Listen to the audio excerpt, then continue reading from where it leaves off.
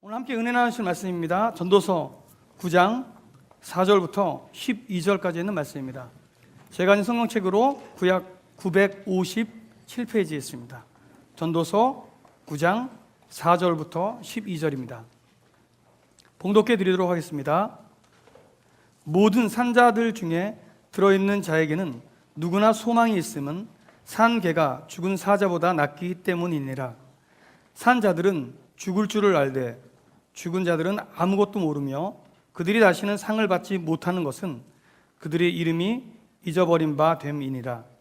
그들의 사랑과 미움과 시기도 없어진 지 오래이니 해 아래에서 행하는 모든 일 중에서 그들에게 돌아갈 몫은 영원히 없느니라.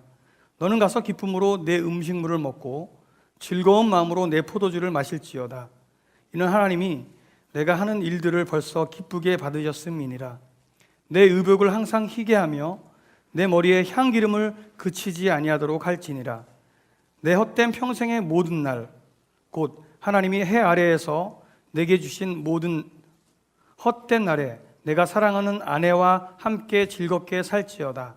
그것이 내가 평생의 해 아래에서 수고하고 얻은 내 몫이니라. 내 손이 이를 얻는 대로 힘을 다하여 할지어다. 내가 장차 들어갈 수월에는 일도 없고 계획도 없고 지식도 없고 지혜도 없음이니라. 내가 다시 해 아래에서 보니 빠른 경주자들이라고 선착하는 것이 아니며 용사들이라고 전쟁에 승리하는 것이 아니며 지혜자들이라고 음식물을 얻는 것도 아니며 명철자들이라고 재물을 얻는 것도 아니며 지식인들이라고 은총을 입는 것이 아니니 이는 시기와 기회는 그들 모두에게 임함이니라.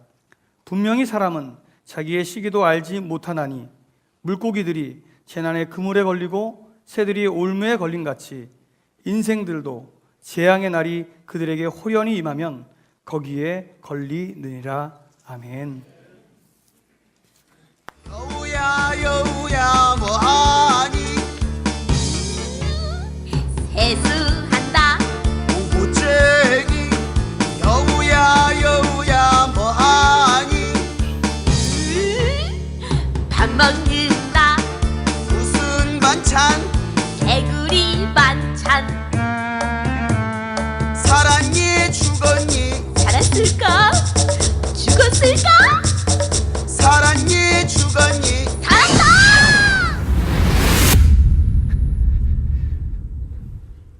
자, 한 번 더 옆 사람에게 인사합니다. 죽었니 살았니? 자, 오늘 여러분의 예배는 살아있습니까? 여러분의 믿음은 살아있습니까? 하나님 안에 여러분의 소망은 살아있습니까? 할렐루야! 예, 우리 모두가 주님 안에서 살아있는 것을 감사합니다. 오늘 하루를 주신 하나님 앞에 박수로 영광을 돌려드리십시오. 지난 한 주간 우리의 마음에 가장 관심이 있었던 건 역시 그 인공지능 Artificial Intelligence 알파고와 그리고 이세돌 구단의 바둑 대국이 아니었나 하는 생각을 가져봅니다.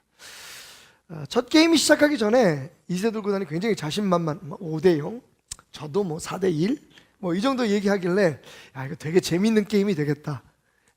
그때까지는 알파고가 이세돌에게 인간에게 도전하는 그런 형국이었습니다. 그런데 첫 게임이 졌어요. 두 번째 게임이 졌습니다. 어제 또 졌습니다. 이제는요, 이건 기계가 인간에게 도전하는 게 아니라 인간이 기계에게 도전하는 반전이 지금 이루어지기 시작했습니다. 그러면서 생각했죠. 왜 이 짓을 시작했을까? 혹시 이 뒤에 어떤 상업주의적인 생각이 담겨 있는 것은 아니었을까? 그렇게 생각한 이유는 제가 얼마 전에 읽었던 바로 얼마 전에 읽었던 제리 카플란이라고 하는 사람이 쓴 인간은 필요 없다라고 하는 책의 내용이 지금 일어나고 있는 일에 묘하게도 오버랩되어 가고 있었기 때문입니다. 원래 인간은 필요 없다라는 이 책의 원제는요, Human need not apply. 여러분, apply라고 하는 것은, 여기서 apply라고 하는 것은 직장이라든지 혹은 직업에 이렇게 그 지원을 하는 것을 apply라고 하잖아요. 그러니까 human need not apply. 더 이상 우리 공장에서는 우리 회사에서는 사람을 받지 않습니다 라고 하는 아주 무시무시한 제목이 그 인간은 필요 없다라는 책의 원제였기 때문입니다. 카플라는 거기서 이런 얘기를 합니다. 그 인공지능을 개발하는 사람들이 악인은 아니다. 하지만 그 인공지능이 잘못 활용될 때 이 세상엔 상상할 수 없는 악한 일들이 벌어질 것이다. 그 중에 하나가 극심한 빈부의 차이를 들었습니다. 한 가지 예를 들어볼까요? 여러분, 지금 4,000년 동안 인간이 연구하고 또 도전해서 만들어 놓은 바둑이라고 하는 정말 인간 최대의 게임이죠. 이것을 알파고는요, 불과 5학년 정도의 수준에서 5년 만에 세계의 모든 최고의 기사들을 이길 수 있는 수준까지 올랐습니다. 물론 그 비결은 빅데이터입니다. 제가 알기로는 알파고는 밥도 안 먹고 화장실도 안 가고 잠도 안 자고 계속해서 하루에 수십만 건의 바둑 게임을 계속 진행하면서 스스로 진화해 왔다는 겁니다. 자, 그러면 이 빅데이터를, 이 수많은 경험들의 결집된 결과를 여러분 주식 투자에 한번 적용을 해볼까요? 어마어마한 일이 벌어질 겁니다. 돈이 있어서 이러한 기계들을 운영하는 사람들은 엄청난 돈을 벌게 될 것이고요. 그리고 기계들이 대신한 자리에서 쫓겨난 인간들은 점점 가난해질 거라는 것이 카플란의 지적입니다. 그래서 게임을 보다가 중간에요, 달려가가지고 구글의 컴퓨터 코드를 뽑고 싶은 충동을 느꼈습니다. 그러면 알파고는 죽을 테니까요. 어제 아침 신문에 보니까 그런 말이 나왔더라고요. 알파고의 천적은 두꺼비집이다. 그 기계를 멈춰버리면 아무리 능력 있는 알파고도, 물론 그러면 또 인간은 새로운 에너지원을 만들겠죠. 예를 들면 아이언맨 같은 거 말입니다. 자체적으로 조그만 소형 원자로를 부착시켜가지고 스스로 에너지를 반영구적으로 만들어내게 만드는 기계를 만든다면 정말 심각한 일이 벌어지지 않을까 하는 두려움도 가져봅니다. 기후일지 모르지만. 그러면서 생각했습니다. 알파고는 전원만 끊어버리면 아무 소용없어. 그렇다면 우리 인간은 어떨까요? 생명이 끊어지면 아무것도 아닙니다. 오늘 솔로몬이 우리에게 지적하고 있는 것이 바로 그겁니다. 아주 극단적인 어조로 이렇게 말합니다. 산 개가 죽은 사자보다 낫다. 죽은 사자가 얼마나 기분 나쁠까요? 아니, 죽었다 그래도 나하고 개를 비교해? 그런데 여러분, 그 말은 얼마나 옳습니까? 솔로몬은 죽으면 아무 소용없다는 겁니다. 오늘 살아있는 것, 그리고 살아있을 때, 오늘 우리에게 인생에 단 한 번 주어지는 이 생명이 붙어있는 이 날을 행복하게 살라고 말하고 있습니다. 죽어버리면 사자도 아무 소용없다는 거죠. 차라리 살아있는 개가 그날의 소망을 가지고 있다고 말하는 것입니다. 자, 그렇다면 그렇게 말하는 솔로몬이 우리에게 깨닫게 하는, 우리에게 권면하는, 우리의 삶에 어쩌면 잃어버렸는지도 모르는 혹은 죽었는지도 모르는 행복감, 이 행복이라는 것을 다시 살려내는 방법은 뭘까요? 오늘 말씀을 통해서 함께 생각해 봅니다. 첫째, 영적인 양치 식물을 주의하라. 따라해 보십시오. 영적인 양치 식물을 주의하십시오. 오늘 12절 말씀, 우리가 읽었던 말씀의 맨 마지막 절이 이렇게 말하고 있어요. 분명히 사람은 자기의 시기도 알지 못하나니 물고기들이 재난의 그물에 걸리고 새들이 올무에 걸림같이 인생들도 재앙의 날이 그들에게 후련히 임하면 거기에 걸린다. 우리의 삶에 우리의 행복을 앗아가고 우리의 인생을 송두리째 무너뜨려버리는 그물이 쳐져 있다는 겁니다. 우리 눈에 보이지 않고 우리가 예상할 수 없는 것. 이것을 저는 영적인 양치 식물에 비유했습니다. 왜냐하면 제가 하와이에 집회를 갔을 때 경험했던 한 사건이 생각났기 때문입니다. 하와이 가서 집회를 마치고 하와이 순복음교회에서 호놀룰루 순복음교회에서 집회를 마치고 하루의 시간이 딱 남았어요. 항상 제 선교 혹은 부흥의 스케줄은 그렇습니다. 거의 관광 혹은 골프 투어를 포함하지 않은 그런 스케줄이기 때문에 집회를 마치면 바로 와야 되는데 비행기 시간을 마치다 보니까 하루의 시간이 남았어요. 그래서 아내와 함께 하와이에서 가장 아름답다는 섬을 가게 되었습니다. 산길을 오르는데 거기에 양치 식물들이 굉장히 많았어요.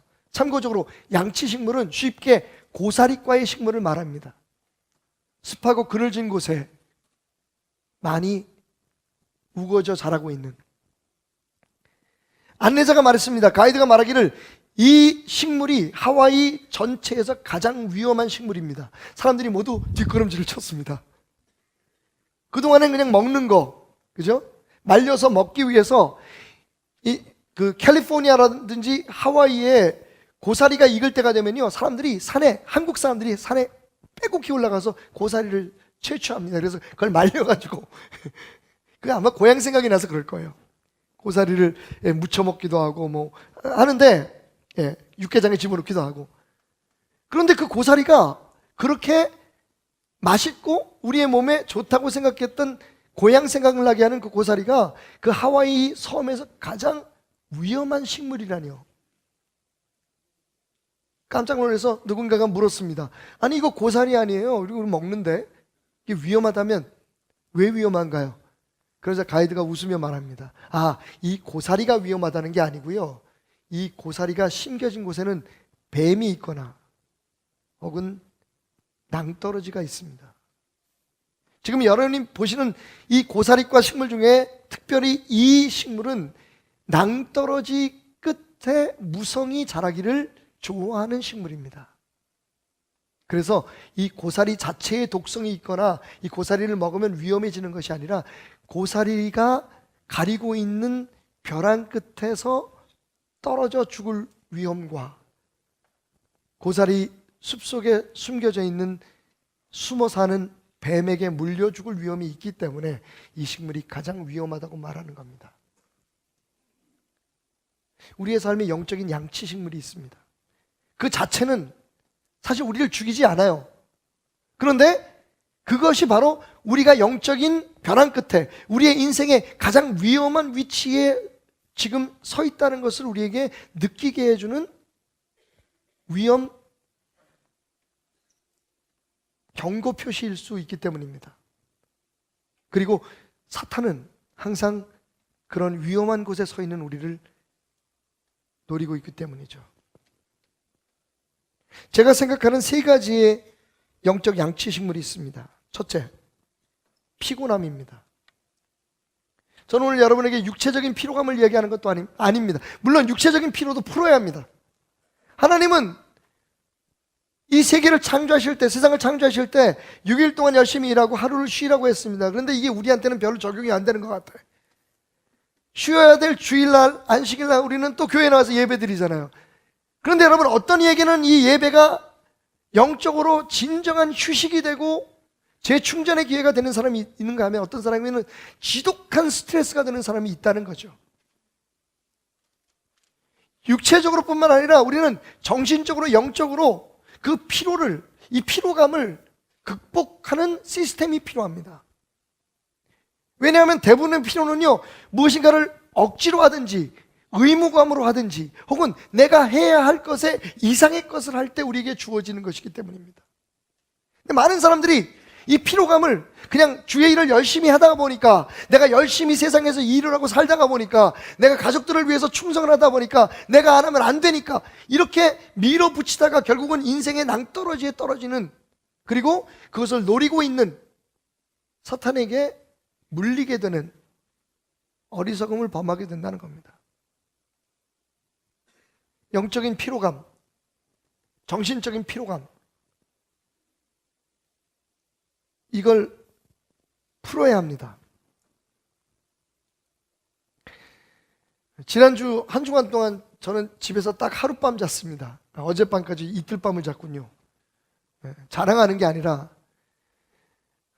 아무래도 주일날부터 집회가 있다가 보니까 주일 오후 2시부터 인천에서 집회가 있었습니다. 예배 마치고 바로 달려가서 간신히 시간을 맞춰서 집회를 시작했고, 끝나고서 저는 인천이니까 새벽 예배도 5시에 시작하니까 집에서 한 4시쯤 떠나면 되겠다 그래서 집에서 왔다 갔다라고 생각을 했는데, 사실상 그게 굉장히 어렵더라고요. 가보니까 지쳐서 못하겠어요. 그리고 아무래도 집회를 인도하려면 우리 본교회도 물론 그래야겠지만 수염도 좀 깎고, 그죠? 아침에 좀 깨끗한 모습으로 나가야 하니까 씻는데 보통 한 30분 정도 시간을 계산한다면 적어도 3시에 일어나서 준비를 하고 달려가야 5시에 예배를 인도하고, 그리고 예배를 마치고 또 돌아와야 합니다. 이게 너무 무리가 된다고 생각을 했는데, 마침 교회에서 호텔 방을 하나 잡아주셨어요. 그래서 밤에는 늦게 집회를 마치면 거기서 자고, 그리고 새벽 예배를 마치고 교회에 와서 제게 주어진 일들도 하고, 그리고 다시 저녁에 가서, 그렇게 하다 보니까 집에서 잠을 잘 수 있는 시간이 별로 없었습니다. 오고 가는 길 하루에 4시간씩 오고 가고. 그리고 집회가 수요일날 끝나고 집에 와서 하룻밤 자고, 그 다음날 대전에서 또 오순절 교회협의회 대표회장 취임식이 있어서 거기에 참여하기 위해서 바로 그 길로 내려갔다가 대전에서 하룻밤 자고 행사 참석하고 올라와서 자려고 했더니 주보가 완성이 안 된 거예요. 여러분은 뭐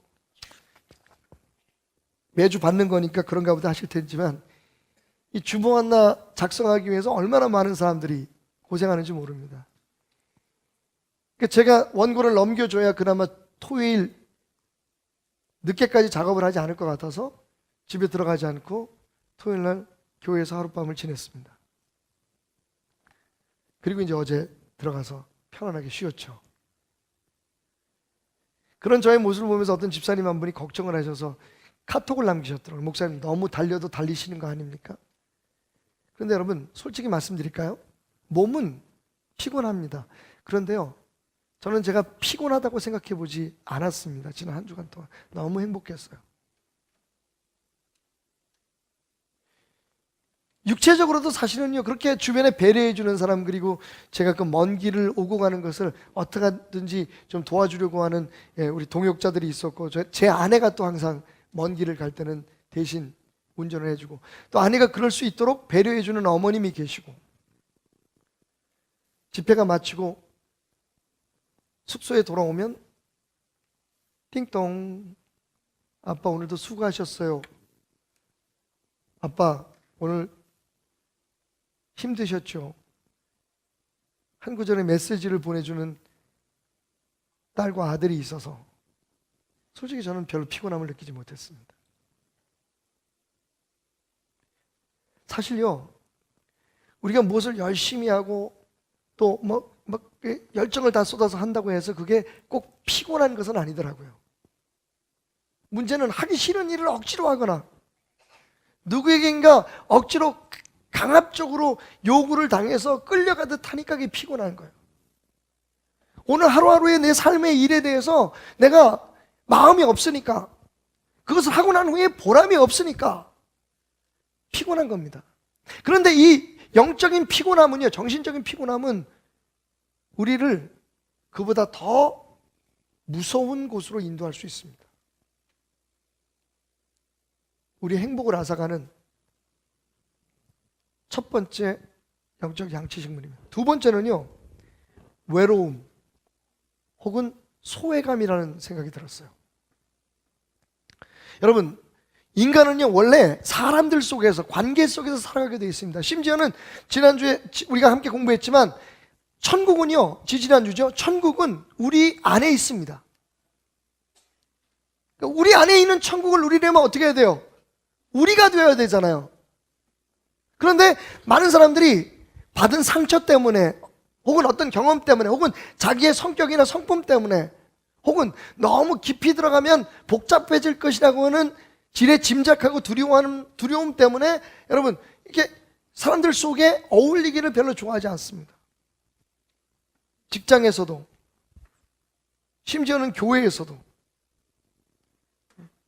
그냥 주일날 교회만 왔다 갔다 하고 같이 우리 교제 좀 나누시죠. 예, 오셔서 우리 함께 일 좀 합시다. 그러면 됐어요. 저는 그냥 교회만 다니려고요. 예전에 있던 교회에서 상처를 받아서요.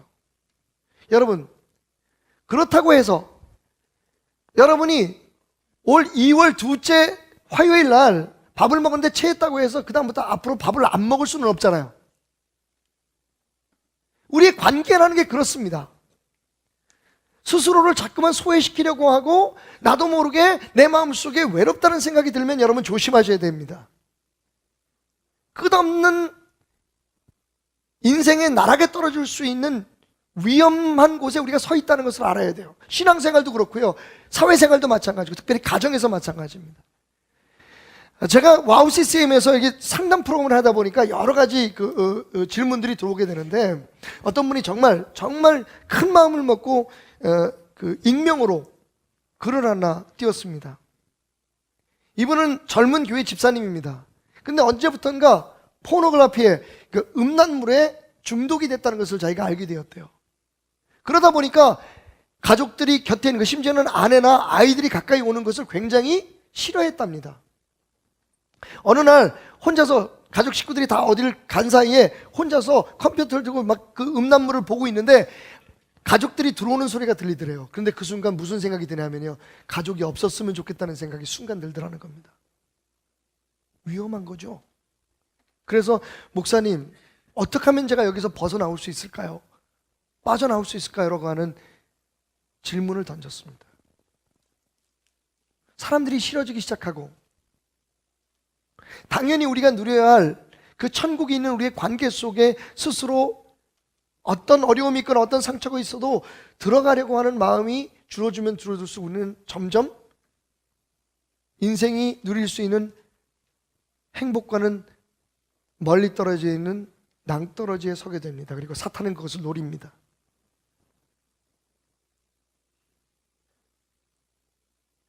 자꾸만 혼자 있고 싶어지고 멀리 있고 싶어지고, 주의하십시오. 외롭다고 느껴지고 소외감이 느껴질 때 여러분 깨어나야 됩니다. 마지막 세 번째는 욕구불만인 것 같아요. 하나님은 우리 인간을 무엇인가를 사모하고 갈망하고 욕구하는 존재로 만드셨습니다. 그건 음식을 먹는 것이라든지, 아니면 자신을 꾸미려고 하는 것이든지, 아니면 성적인 욕구든지. 어떤 사람들이 이 신앙이라는 이름의 이 욕구를 완전히 말살하려고 합니다. 굉장히 위험한 일이라고 저는 생각해요. 많은 사람들이 말하기를, 나는 예수를 믿고 난 후부터 남편과 혹은 아내와 잠자리를 하지 않았다. 그것을 세속적인 것으로 생각합니다. 어떤 사람들이 나는 예수를 믿고 난 다음부터 이거를 안 먹고 저렇게 안 하고, 나는 어떻게 하든지 내가 돈을 쓰고 내 스스로가 가난하게 살아서 그 돈을 모아서 어려운 사람을 도와주려고 해 라고 이야기합니다. 겉으로 보기에는 굉장히 신앙적인 것처럼 보이지만 여러분, 위험한 일이라는 것을 알아야 합니다. 그런 것이 채워지지 않을 때 인간은요, 바로 다른 쪽에서 그것을 채우기 위한 중독에 빠지기가 쉽습니다. 여러분, 중독을 치료하시는 여러 그 상담가들의 이야기를 들어보면요, 대부분 무엇인가의 중독에 걸린 사람들은요, 그것을 통해서 채우지 않으면 안 되는 욕구의 불만족을 가지고 있었다는 것을 이야기합니다. 정말 부끄러운 얘기지만 요즘 한국 교계 목사님들에서 가장 큰 이슈가 되는 것은 노름입니다. 여러분 상상이 가십니까? 목사님들이 노름에 빠진다는 게요? 공개되진 않았지만, 공개할 수는 없지만, 여러분 우리나라의 큰 교단의 총회장 목사님들이 지금 상습적인 도박 죄에 걸려가지고 조사를 받고 심지어는 처벌을 받고, 그런데 그분들이 여러분 100분 이해하고 들어주셔야 됩니다. 목회를 열심히 안 한 분이냐고요? 아닙니다. 그건 누구보다도 열심히 목회를 합니다. 그런데 문제는요, 내가 받은 사명이 이거니 나는 목회만 열심히 하면 돼. 성도들을 돌보고, 그래서 가정에도 안 들어가고 아내와 잠자리도 안 하고 여러 가지 그런 욕구불만 속에서 그냥 열중히 교회 목회만 하다 보니까요, 자기도 모르는 사이에 그 영적 양치식물인 욕구불만이라고 하는 곳에 숨겨져 있는 사탄에게 물린 거죠. 다른 곳에서 채워지지 못하는 욕구를 그 정말 자극적이고 짜릿한 것에 서서히 자신도 모르게 끌려 들어가서 노예가 되고 만 겁니다. 가장 성스러운 교회에 가는 문제가 심각합니다. 여러분, 주목하셔야 됩니다. 사실 정확히 말하면 성과 속은 구별되어 있지 않습니다. 세상적인 것이 따로 있고 성스러운 것이 따로 있는 것이 아닙니다. 그런데 굳이 이것을 구분해서 한쪽의 욕구만을 충족시키고 다른 쪽의 욕구를 충족시키지 않을 때에 심각한 문제에 빠지게 되는 겁니다. 이 외에도 몇 가지 더 생각나는 것이 있습니다만 가장 중요한 세 가지를 말씀드렸습니다. 첫째는 피곤함입니다. 억지로 하는 일을 멈추십시오. 그것이 심지어는 신앙적인 행위라고 하더라도 누구에게 강압을 당하거나 혹은 억지로 내가 하기 싫은데 의무적으로 하려면 여러분 마음속에 그것을 기쁨을 할 수 있는 마음을 달라고 기도하시든지 도우시는 하나님 앞에 간구하든지 아니면 그만두십시오. 당신이 그 일을 안 하고 영적으로 살아있는 것이 당신이 그 일을 무리하게 하다가 하나님의 사랑에서 멀어지는 것보다 100번 낫기 때문입니다. 물론 교회는 손해고 목사에게는 안타까운 일이지만 말입니다. 하지만 여러분, 교회보다 목사보다 더 중요한 건 당신입니다. 당신이 살아있어야 교회도 있는 거예요.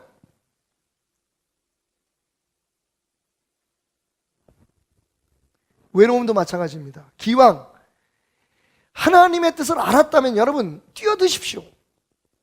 상처받습니다. 실족도 합니다. 하지만 그럼에도 불구하고 우리가 누려야 할 진짜 천국은 우리 안에 있다고 말씀하신 주님, 물론 주님이 함께하는 그곳에 있다고 말씀하신 주님과 함께 여러분 우리 인생은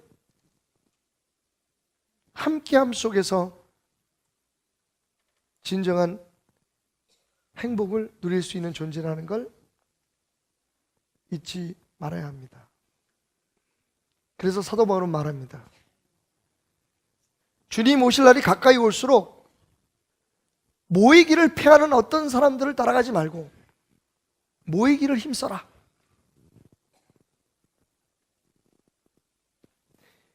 마지막으로 욕구불만. 여러분, 우리에게 주어진 욕구를 하나님의 은혜 가운데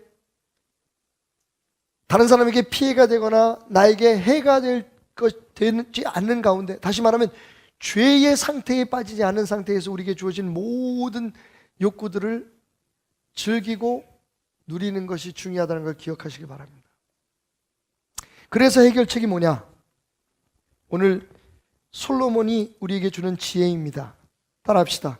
순결한 쾌락을 즐기자. 여러분, 제가 오늘 이 설교를 여러분에게 가장 강력하고 그리고 솔직하게 간직할 수 있도록 하기 위해서 쾌락이라는 말을 썼습니다. 뭐 다른 얘기를 써서 희락이라든지 기쁨이라든지 행복이라는 말을 쓸 수 있지만 여러분 분명히 이건 쾌락입니다. 영어로 표현하면 좀 순화가 되긴 해요. Pure pleasure. 여러분, 우리 pleasure라는 말이 마치 신앙이 깊은 사람들이나 혹은 보수적인 신앙을 가진 사람들에게는 굉장히 금해야 될 금기어처럼 느껴져요. 그래서 우리 교회를 펀처치라 그랬더니 무슨 교회가 펀이야, 뭐 재밌어, 즐겁게, 그게 뭐야 라고 공격하는 사람들이 있었습니다. 여러분, 하나님의 사람은 플레저를 누려야 됩니다. 쾌락을 누려야 돼요. 왜? 하나님께서 우리 인간을 그렇게 만드셨기 때문에. 하나님 우리를 그렇게 만드셨습니다. 여러분 기억하십니까? 아담이 처음 하와를 봤을 때 했던 고백이 뭐예요? 당신은 내 뼈 중에 뼈요 살 중에 살이다. 저는요 인류 역사상 하나님께서 천지를 창조하시고 이 땅에 인간이 살기 시작한 이후로 가장 섹시하고 가장 원초적인 고백이 아담의 고백이 있다고 생각해요. 당신은 내 살 중에 살이요 내 뼈 중에 뼈다. 울랄라.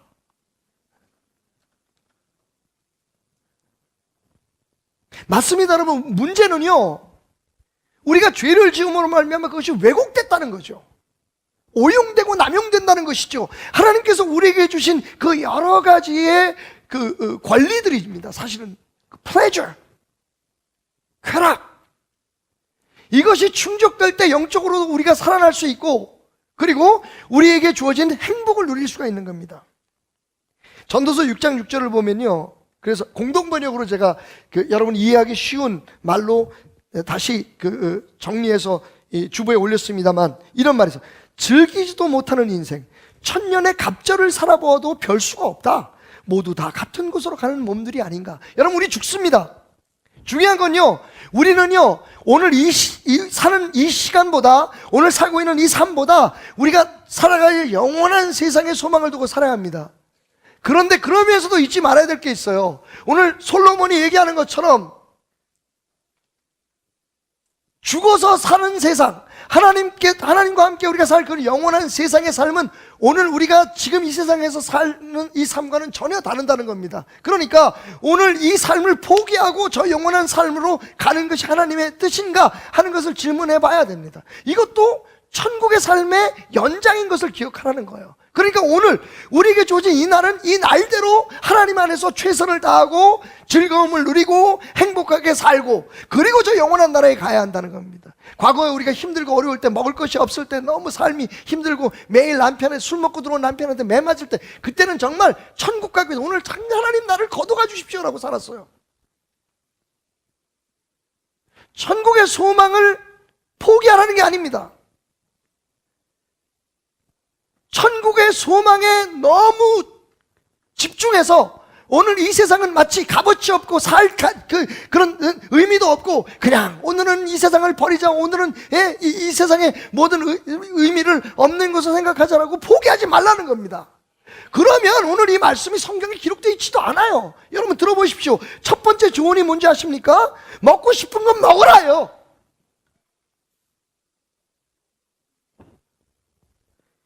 7절 8절, 너는 가서 기쁨으로 내 음식을 먹고 즐거운 마음으로 내 포도주를 마실지어다. 이는 하나님이 내가 하는 일을 벌써 기쁘게 받으셨음이니라. 내 의복을 항상 희게하며 내 머리에 향기름을 그치지 아니하도록 하라. 여러분, 그동안 전통적인 그리스도인들이, 보수적인 그리스도인들이, 정말 신실한 그리스도인들이 금했던 것 중에 하나예요. 먹는 거 찾아다니지 마라. 결국 한 끼 먹고 두 끼 먹고 밥 먹는 거 똑같은데 내 먹는 거 줄여가지고 불쌍한 사람들 도와주자. 그리고 그것이, 근데 그렇게 믿는 것도 저는 비난하고 싶지는 않습니다. 그래서 흔히 어떤 공동체에 가면은요, 굉장히 검소한 삶을 요청을 해요. 근데 저는 개인적으로 그것이 진짜 좋은 신앙이라고 생각하지 않습니다. 맛있는 거 먹으러 다니세요. 사치스럽게 매일매일 뭐 호텔 뷔페만 먹고 이러고 살 수는 없지만, 여러분 가끔 여러분 자신을 위해서, 여러분의 즐거움을 위해서 먹는 거 찾아다니세요. 얼마나 행복합니까?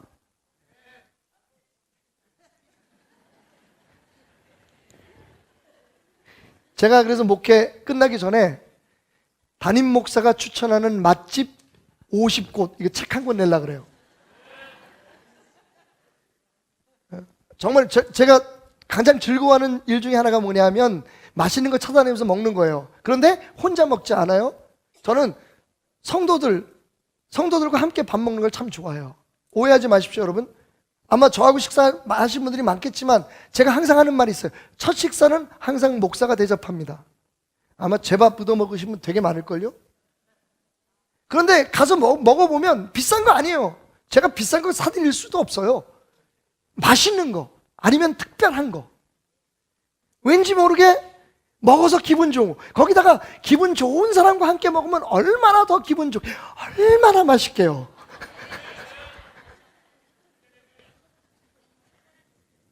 맞아요, 여러분. 우리가 어려운 사람들, 불쌍한 사람들, 아프리카에 고생한 사람들을 위해서 우리가 절약하고 아끼고, 예? 필요합니다. 그런데 그걸 위해서 내 행복을 포기하지 말라는 거예요. 자, 오늘 말씀을 준비하면서 조심 들었던 건 포도주가 나오네요. 포도주스 아닙니다, 여러분. 술 맞습니다. 예? 어떤 분들은 막 생기가 돋는 것 같아요. 그동안 목사님이 술을 여러분, 오늘 분명히 제 속마음을 말씀드립니다. 술은 술이고 담배는 담배입니다. 중요한 게 뭔지 아세요? 이 모든 것이 하나님의 영광을 위해서 이루어져야 된다는 거예요. 아까 말씀드렸듯이 술 먹는 자체가 우리를 지옥에 빠지게 하지 않습니다. 그런데 어떤 상황에서 이것을 어떻게 사용하느냐, 그리고 내가 그것을 어떻게 생각하고 있느냐 하는 것을 조심하라는 거죠. 술은 술이고 담배는 담배입니다. 이걸 구원의 문제하고 연결시킬 필요는 없어요. 하지만 교회에서는 안 됩니다. 그게 제 주장입니다. 왜? 제가 임상상 미국에서 11년 목회 생활에 옆에서 돕고 제가 하면서 집사들이 모여서 술 파티하다가 망한 교회를 2교회를 경험했습니다. 제가 3교회를 섬겼는데 2개가 망했어요. 모이면 뭐 어때? 우리 하나님 말씀 나누고 다 성경에도 나와 있는데 서로. 그런데요, 그게 인간입니다. 하지만 분명한 건요, 여러분, 즐거운 마음으로, 행복한 마음으로 우리에게 허락하신 하나님의 음식을 먹는 것, 즐기는 것, 이건 여러분 하나님이 우리에게 주신 살아있는 자에게 주어진 특권입니다. 죽은 사자는 살아있는 개보다 못하다니까요. 차라리 개밥을 먹어도 사자는요 아무것도 못 먹어요, 죽으면. 또 하나 있습니다. 흰 옷을 입고 머리에 기름을 발라라. 오늘 머리에 기름을 바르고 오신 분들은 다 하나님 뜻대로 사시는 분들이에요. 이게 무슨 뜻인지 아시겠죠? 꿈이라는 겁니다. 사치하라는 얘기가 아니에요, 여러분. 좀 깨끗한 옷 입고, 가능하면 내게 있는 것 중에서, 여러분 혹시 눈치채셨는지 모르겠습니다만, 제가 하도 코디를 다양하게 해서 못 느끼셨는데, 여러분 지난해부터 올해까지 저 딱 양복 2벌 가지고 지금 삽니다. 어떻게 보면 아시냐면요, 우리 그동안에 예배 드렸던 거 전부 다 리플레이 해보세요. 항상 이 옷입니다. 제가 이 옷이 좋아요. 너무 좋습니다.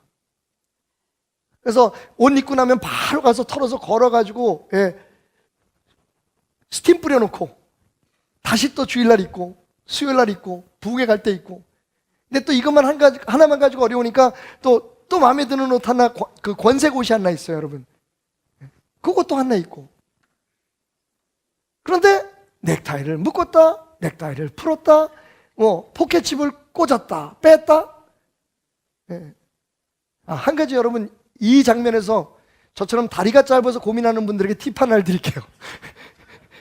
자, 여러분들 다리 짧으신 분들은 옷을 사면 굉장히 당황스럽죠. 3분의 2를 잘라내야 되니까. 두려워하지 마시고요, 과감하게 자르십시오. 제가 다리가 짧아가지고 조금 바지가 길면 제가 좀 커 보일 거라는 생각을 했었어요. 근데 어느 날 보니까 누가 짧은 바지를 입었는데 되게 보기가 좋으시더라고요. 그래서 제가 평소에 입는 것보다 바지를 조금 짧게 입기 시작했어요. 근데 오히려 다리가 길어 보여. 그러니까 예전에 그냥 평범하게 입을 때는 그런 얘기를 안 들었는데, 바지를 한껏 짧게 올리니까 많은 분들이 얘기해요. 오, 목사님 스타일리시하다고, 목사님 멋있다고. 이 바지를 좀 짧게 입으십시오. 이제 이게 트렌드입니다. 신사. 보세요, 그죠?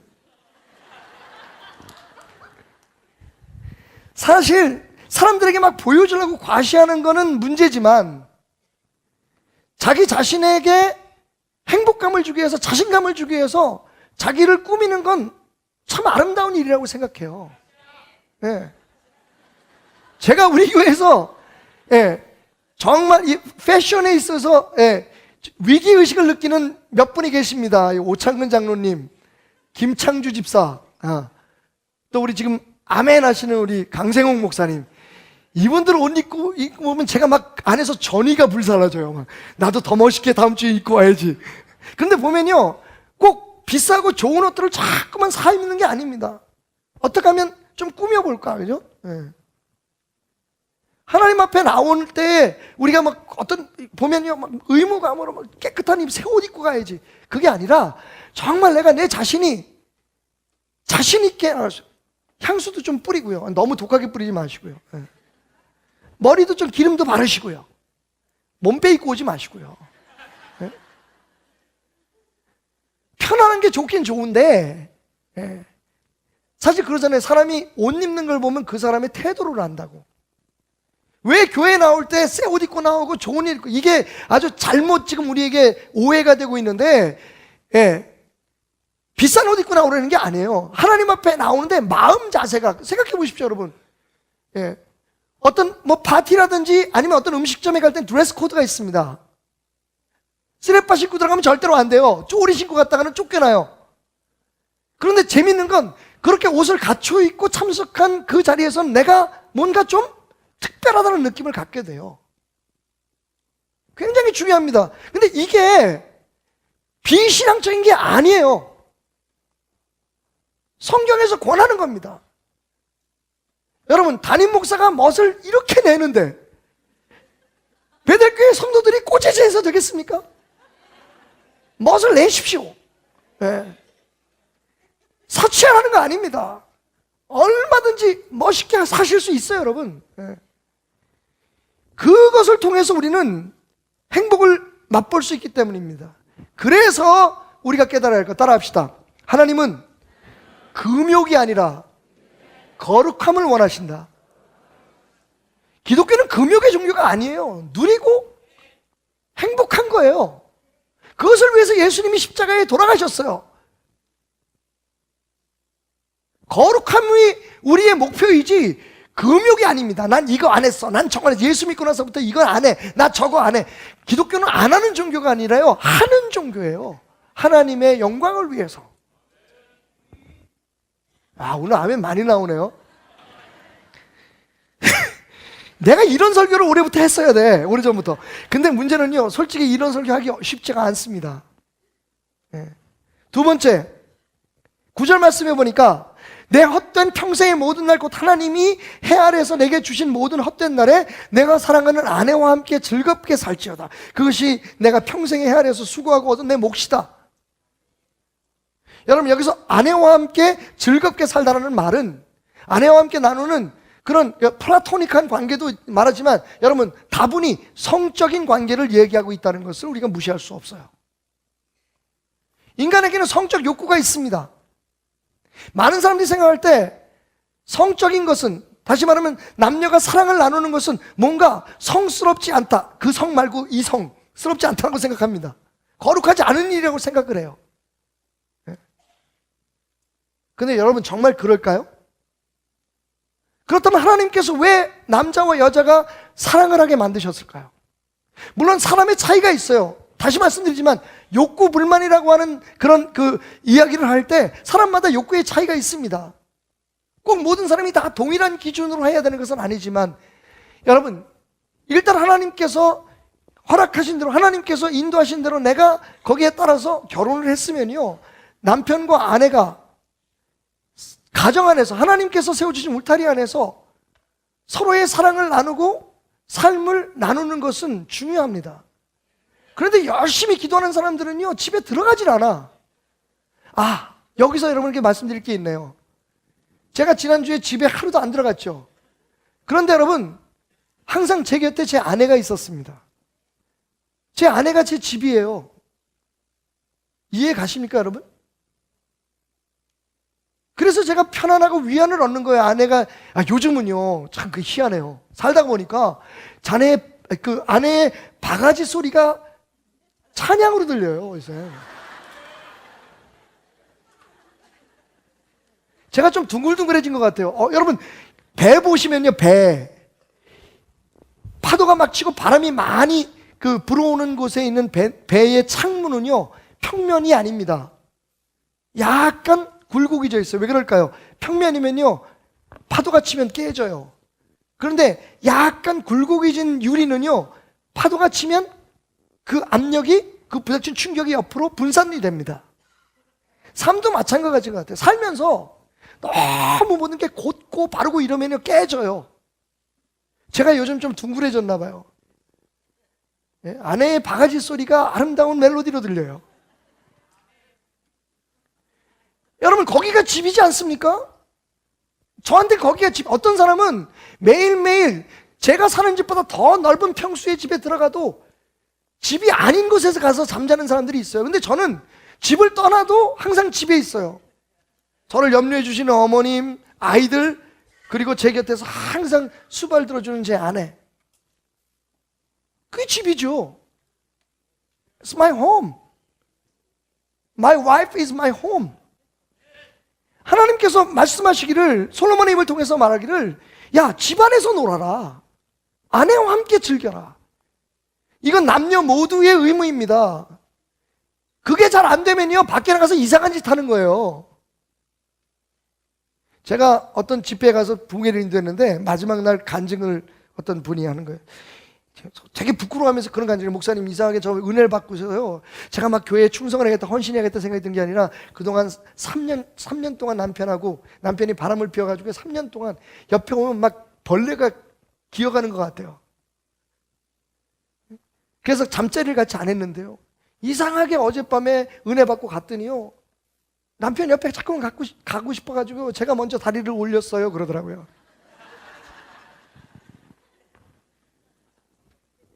기억하십시오. 하나님은 유별난 걸 원하시는 게 아니라 구별된 걸 원하십니다. 왜 예수를 그렇게 유별나게 믿으려고 하는지 모르겠어요. 맞습니다, 여러분. 우리가 하나님 앞에 충성을 다하고 헌신을 다하는 그런 자세는 중요합니다. 하지만 그 중에 하나가 가정에 충실하고 하나님께서 내게 허락해 주신 그 모든 상황과 환경 속에 최선을 다하는 거예요. 그 중에 부부관계도 중요합니다, 여러분.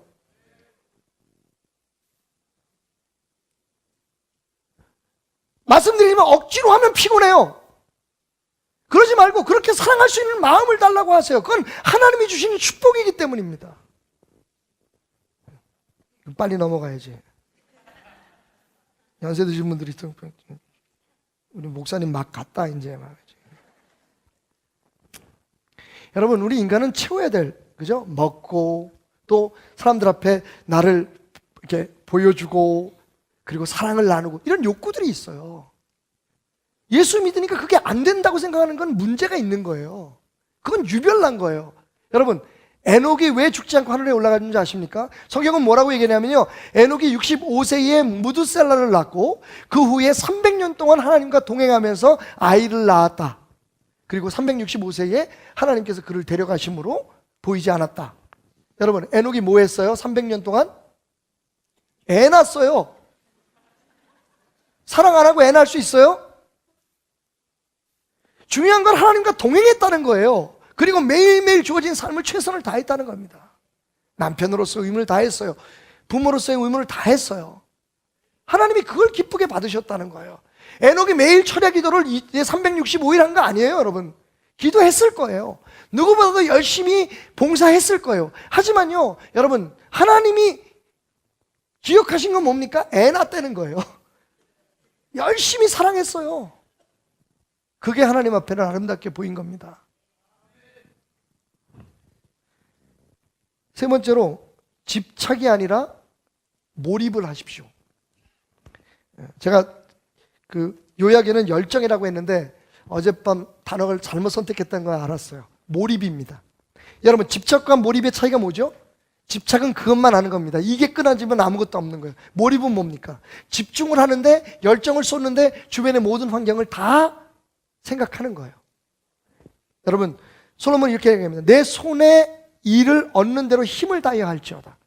내가 장차 돌아갈 스올에는, 지옥입니다, 일도 없고 계획도 없고 지식도 없고 지혜도 없다. 여러분, 오늘 여러분이 살아있고 여러분이 생각할 때 지겹다고 생각하고 힘들다고 생각하고 어렵다고 생각하는 그 일이 여러분에게 주어졌다는 것을 하나님 앞에 감사하라는 겁니다. 그리고 어떻게 하라고요? 그 일에 몰입하라는 거예요. 최선을 다하라는 겁니다. 열정을 쏟아라는 겁니다. 그게 전부인 것처럼 하라는 게 아니에요. 이거 아니면 안 된다. 돈에 집착하지 마시고, 성공에 집착하지 마시고, 여러분에게 주어진 그것에 몰입하십시오. 그게 우리에게 행복감을 주는 거예요. 성취감을 주는 겁니다. 하나님이 원하는 것이 바로 그런 겁니다.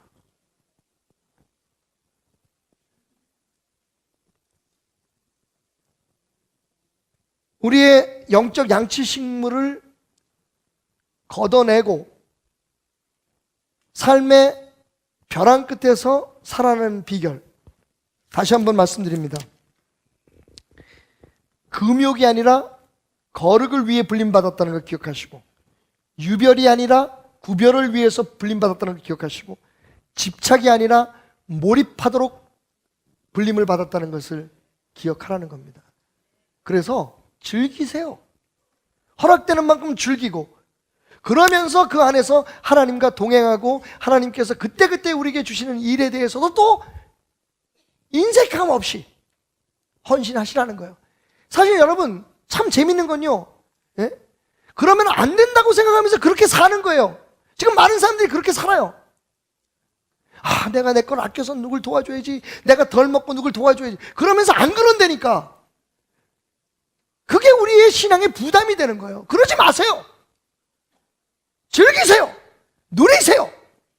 그리고 거기에 더해서 하나님께서 분명히 우리에게 나누어 주라고 주시는, 하나님께서 우리의 것을 뺏어가는 게 아니라 우리에게 흘려보내게 하시는 축복을 주실 거예요. 그것을 내 거라고 취하지 말고 그건 하나님 앞에 드리라는 거예요.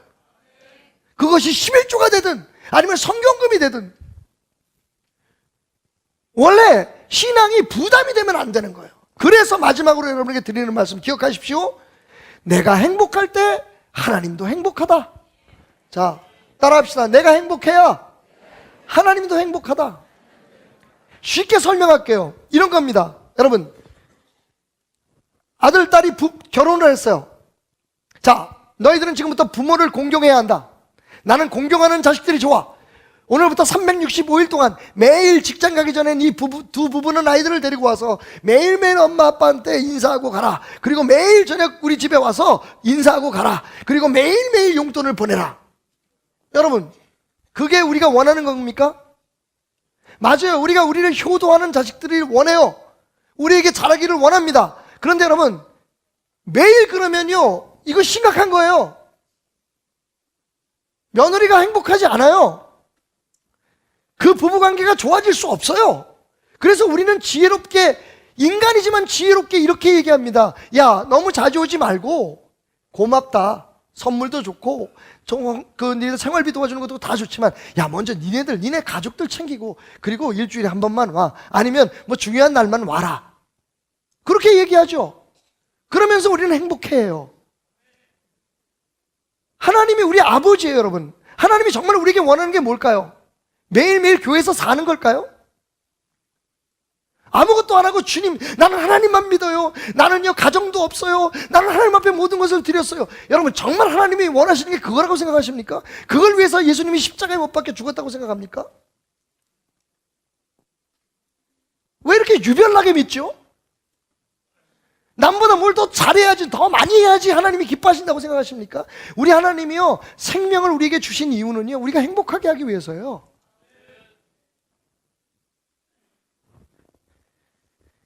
너는 가서 기쁨으로 내 음식을 먹고 즐거운 마음으로 내 포도주를 마셔라. 이는 하나님이 내가 하는 일을 벌써 어떻게 했다고요? 기쁘게 받으셨다. 우리 하나님을 좀 기쁘게 해드립시다.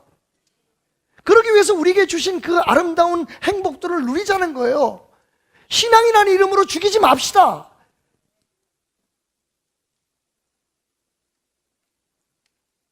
우리에게 주신 행복을 하나님의 영광을 위해서 누리는 거예요. 여러분, 신앙에 3단계가 있다 그러죠? 내가 나를 위해서 하나님을 믿는 것. 첫 번째 단계입니다.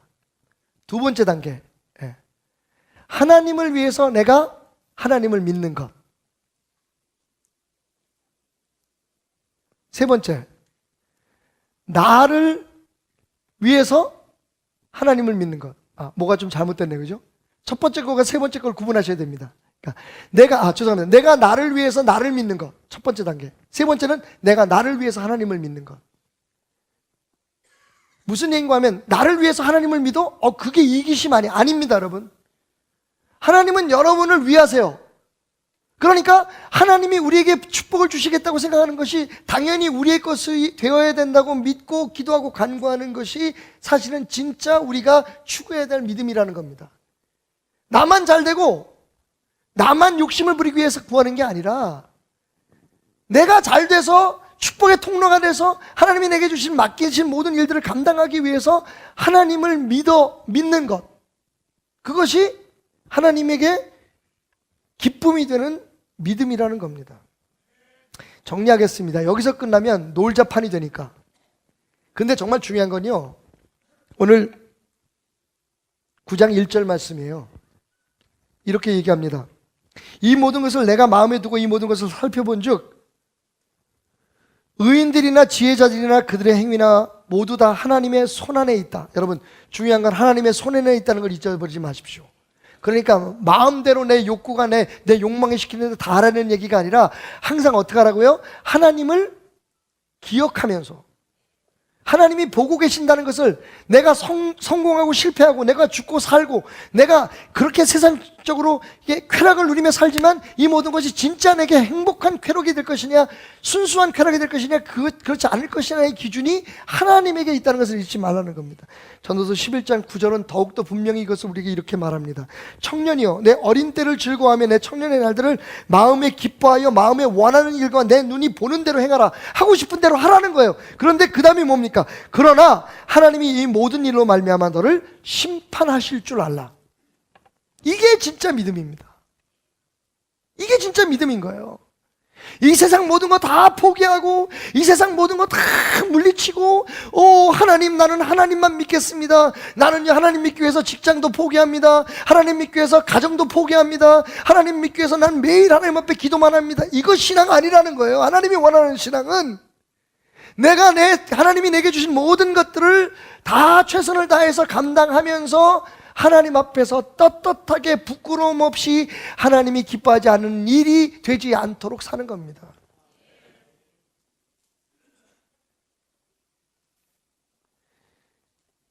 자, 짧은 시간에 마지막 중요한 사실을 여러분에게 설명하기 위해서는 다른 방법이 없네요. 시청각 교육 바로 들어갑니다. 사실 이건 제 아이디어는 아니고요, 프랜스 첸이라고 하는 목사님께서 하신 그 예화인데요. 여러분, 이게 지금 여러분의 인생입니다. 우리의 삶이에요. 한 인간의 삶입니다. 여기서부터 저기까지. 근데 지금 여기 빨간 거 표시된 거 있죠? 이게 우리가 이 땅에서 사는 시간이에요. 그리고 나머지 끝이 보이지 않는 이건 뭘까요?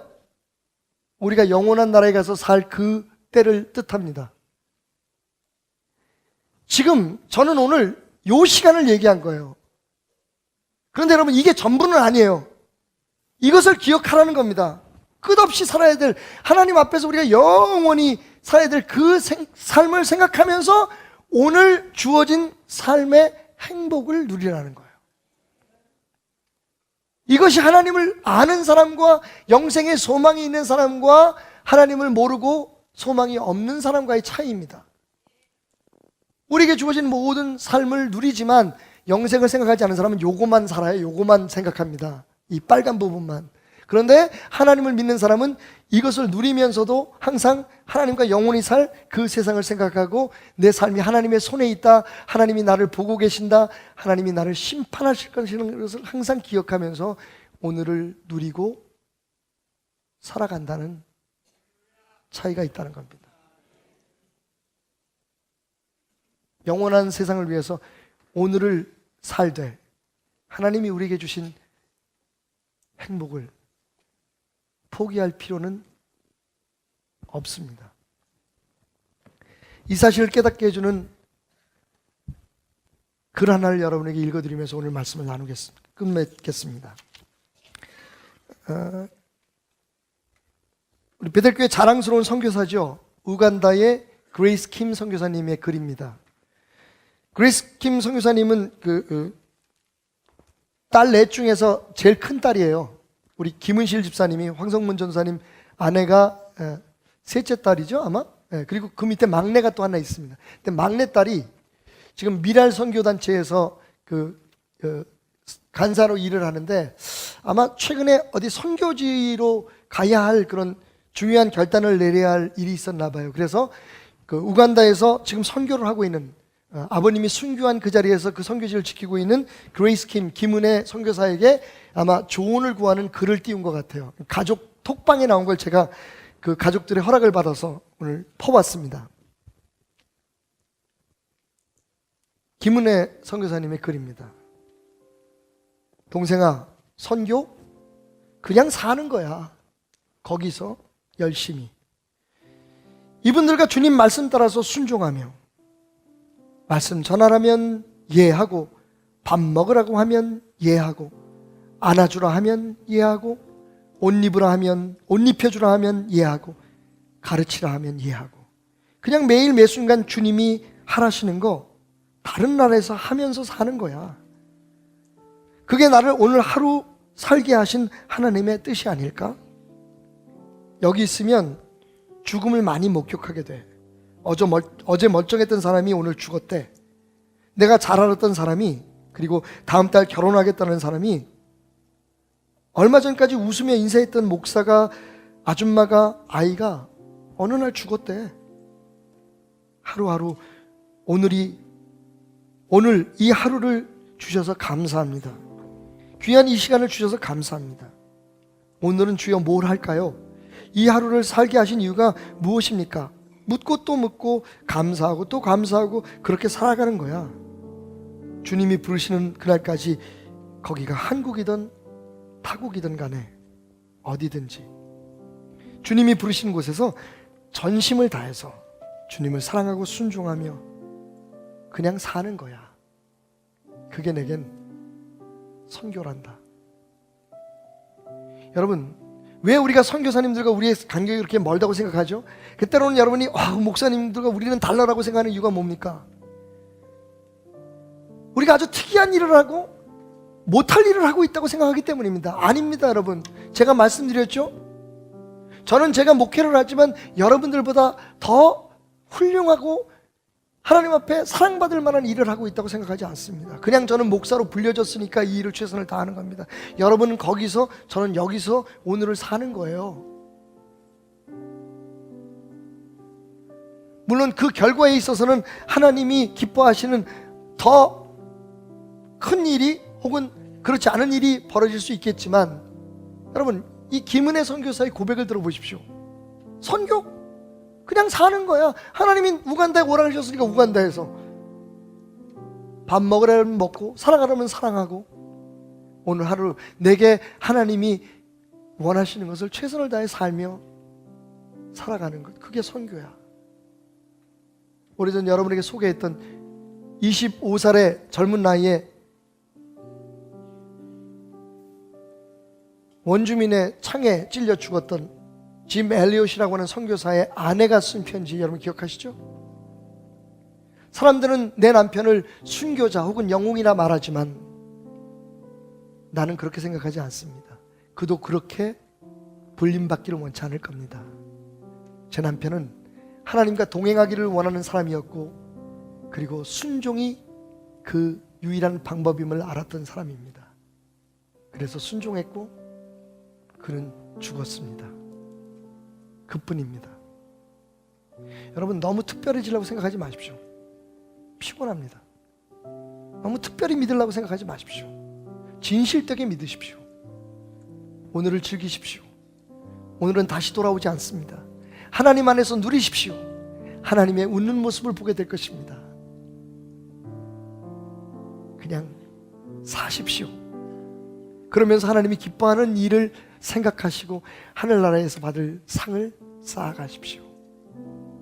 부담 갖는 신앙은 피곤합니다.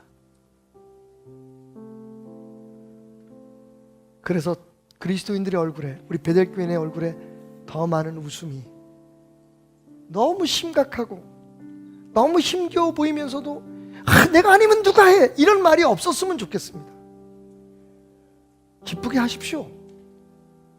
즐기십시오. 당신이 행복해야 하나님이 행복하십니다.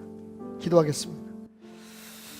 오늘 주신 말씀을 생각하면서 우리가 우리의 신앙을 다시 한번 점검해보는 시간을 가질까요? 함께 기도합니다. 주여 주여 주여, 사랑과 은혜가 풍성하신 하나님 아버지 감사합니다.